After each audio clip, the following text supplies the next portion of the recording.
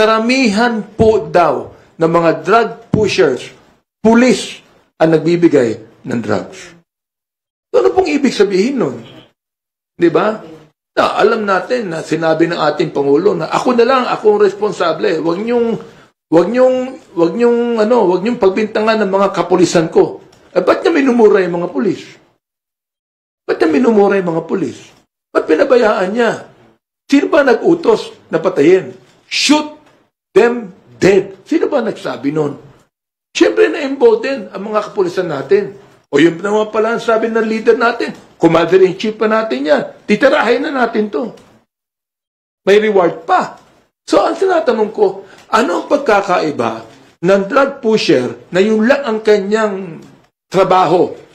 Mahirap na tao ito na kumikita sa drugs para makakain sila. Anong pagkakaiba niyan sa pulis na pumapatay din ng drug pusher upang magkaroon ng pera? Anong pagkakaiba? Walang pagkakaiba eh.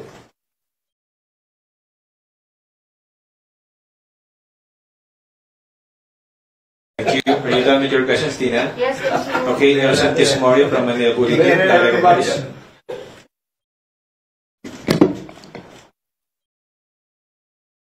Hello po, Kongs. May we get your reaction po dun sa confirmation or admission po ni Pangulong Digong na meron po mga death squad, tapos pinagtuturupan niyo po yung niya po yung mga retired generals na kasama yung mga yan. Just your reaction po. Well, katulad ng sinabi kanina ni Chairman Abante, merong tayong batas Republic Act 9851. Doon sa 9851 kasi, kinaklaro doon yung defining and yung mga penalizing. Yung mga acts against international humanitarian law, genocide, saka yung crimes against humanity. At doon, meron din yung jurisdiction, tapos yung mga local courts natin ang magte-take over, will take cognizance on that. At doon sa mga sinabi ng dating nating Pangulo, admitting, yung kitang-kita naman, klaro naman, di ba? I think, alam mo, hindi ko alam kung, well, alam natin, si Presidente mahilig siya mag-joke.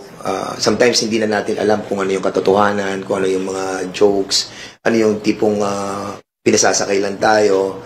But being a former president and a president, I think it is incumbent upon the highest elected official to set the tone of being the top leader of the country.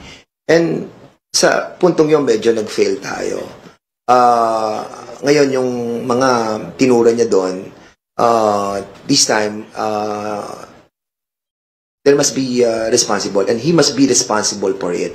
And accordingly, pag binasa mo yung Section 8 ng Republic Act 9851, lumalabas din yung command responsibility ng mga superior, and him being the superior of the land during his incumbency, he will take responsibility on Section 8 of Republic Act 9851.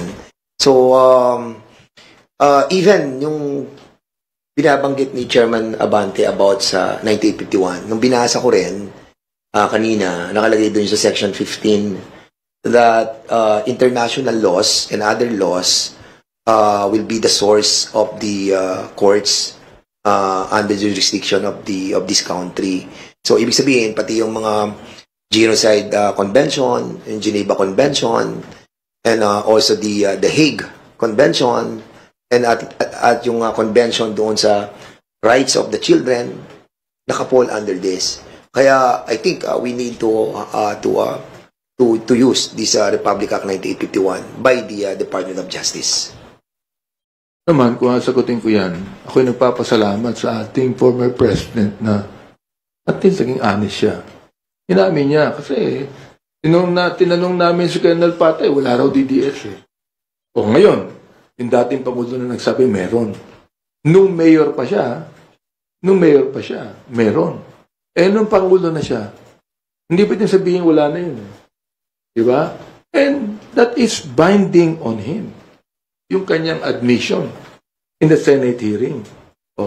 Sa akin po, yung sinabi ko nga sa aking statement kanina, ito shocking normalization of brutality. Sana po nakita po ng ating mga kababayan ito. Ito ba ang nais natin na maging katulad po tayo ng Mexico?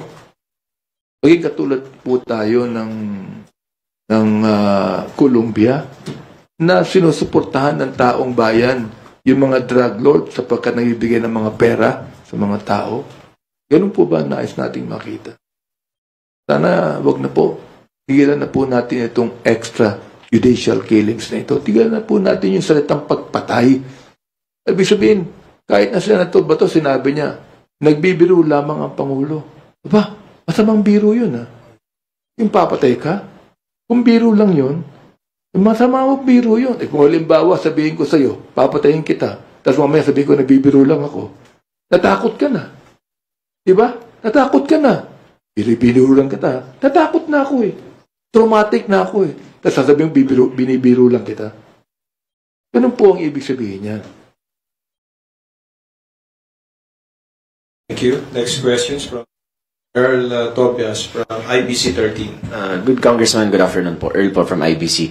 Kung Benny, nasabi nyo kanina, balikan ko lang, sa halip na parang maging in sake of the truth, parang naging pagbabago ng katotohanan yung mga testimonya ng dating Pangulo, sir. Yun na din po ba yung treatment nyo doon sa nangyari, sir, na a-admit niya na meron niyang death squad, tapos mamaya i-retract niya ulit pag nilinaw ng mga senador. Also, sir, dito sa pagdinig kasi sa Quadcom, sinesentro nyo, nakita ng publiko na sinesentro sa yung mga EGK victims as biktima, pero sa Pangulo sila ay collateral damages, sir. Sa akin, palagay ko hindi niya na masasabi yung nasa under oath siya, no? Nabiro ito eh. Inamin niya na meron DDS. Sinabi na collateral damage ito. So, let us talk on the extent of the collateral damage. Ilan po ba ang napatay? Ito ilan po ba ang napatay ng mga bata?